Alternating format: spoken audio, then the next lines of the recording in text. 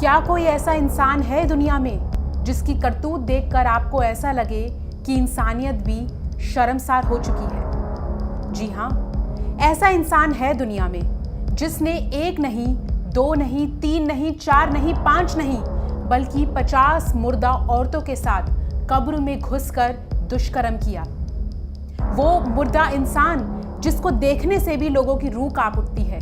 ठंडे बेजान शरीर, उनके साथ उसने इस घिनौनी हरकत को अंजाम दिया। क्या ऐसे दरिंदे को हम इंसान मान सकते हैं?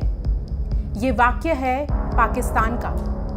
नमस्कार, मैं आयुषी मित्तल आप सबका स्वागत करती हूँ हिंद भारत में। और ऐसी घिनौनी वाक्य से आपको रूबरू कराने से पहले देखिए हमारी ये खास रिपोर्ट। ऐसे दरिंदे, ऐसे शैतान, ऐसे जानवर की शक्ल दिखाने से पहले आपको कराते हैं उसकी करतूतों से रूबरू। आरोपी रियाज ने बताया कि इन दुष्कर्मों में उसका एक दोस्त वजीरा भी सहभागी था।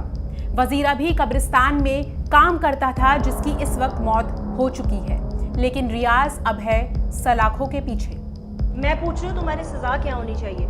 ये सजा यही है कि अपने आप को समझो, फांसी के लिए भी तैयार हूँ। इस हैवान का नाम है मोहम्मद रियाज और ये पाकिस्तान के सरगोदा का रहने वाला है।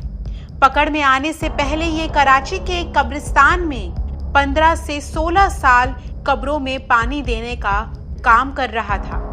पाकिस्तान के कराची के कुछ अज्ञात लोगों की घिनौनी और भयावह करतूत सामने आई है, जहां लांधी शहर में स्थित कब्रिस्तान में दफन एक महिला के शव को कब्र से निकालकर उसके साथ सामूहिक दुष्कर्म किया गया।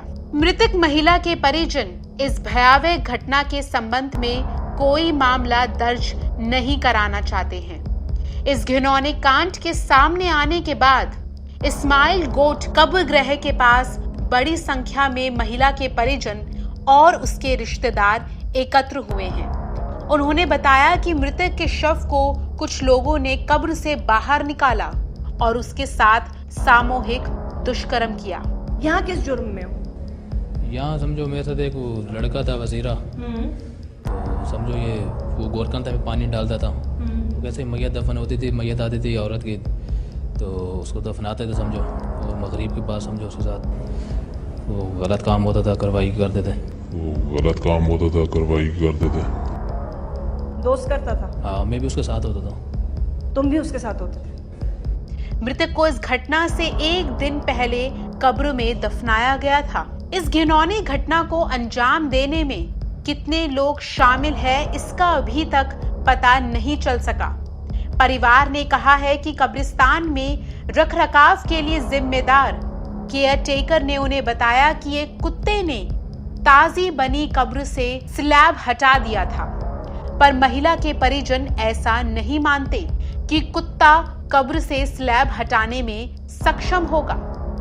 उन्होंने ये भी कहा कि कब्र खोदने वाला व्यक्ति बाद में कब्रिस्तान से गायब हो गया। दूसरी ओर पुलिस ने अपराध स्थल से सबूत इकट्ठा किए हैं और पुष्टि की है कि कब्र खोदने वाला लापता है। उन्होंने कहा है कि उसकी तलाश के लिए छापेमारी की जा रही है। मृतक महिला के रिश्तेदार ने पुलिस के समक्ष इस मामले पर कोई कानूनी कार्रवाई करने की इच्छा नहीं जताई। उन्होंने इस बात पर जोर दिया है कि भविष्य में ऐसी घटना की पुनरावृत्ति नहीं होनी चाहिए। वहीं आरोपी रियाज ने बताया कि उसका एक दोस्त भी था जो कि इन दुष्कर्मों का हिस्सा था। वो गलत काम होता था, कार्रवाई करते थे। दोस्त करता था? हाँ, मैं भी उसके साथ होता था। तुम भी उसके साथ होते थे? शुरू समझो ये वो जाते थे, जैसे मैयत दफन होती थी असर में, मगरिब के बाद समझो कार्रवाई करते थे हम, वो और मैं करते थे समझो। हम लोगों ने कितना कर लिया, 48 साल किया समझो, दोनों ने मिलके? जी हाँ, 48। ठीक है, वो मर गया? वो मर गया। तुम लगे रहे? हाँ, मैं करता रहा उसके बाद। वजीरा भी कब्रिस्तान में ही काम करता था।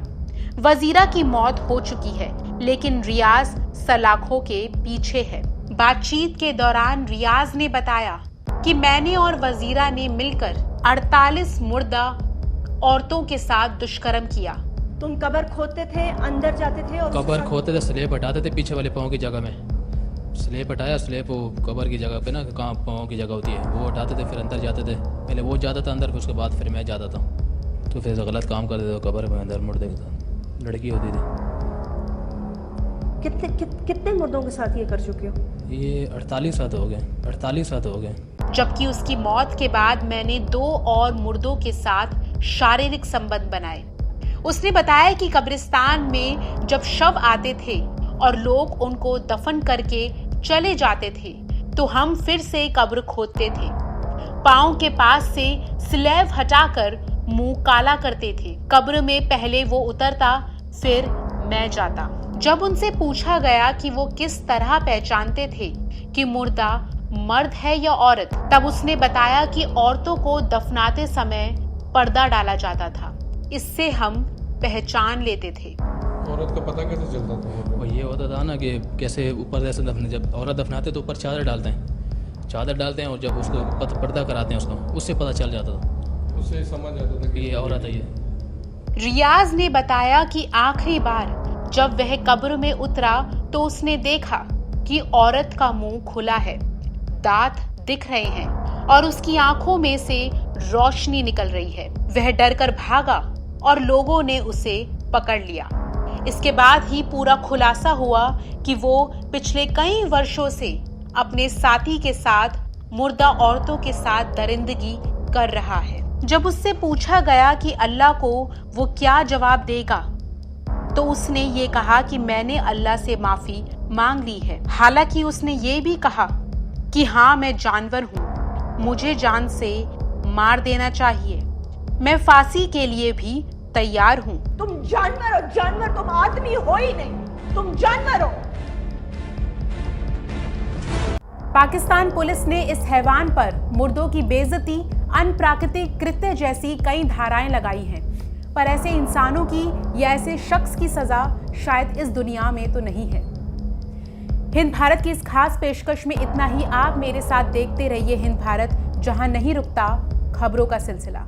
खबरों में बने रहने के लिए चैनल को सब्सक्राइब करें और ये बेल आइकन जरूर दबाएं।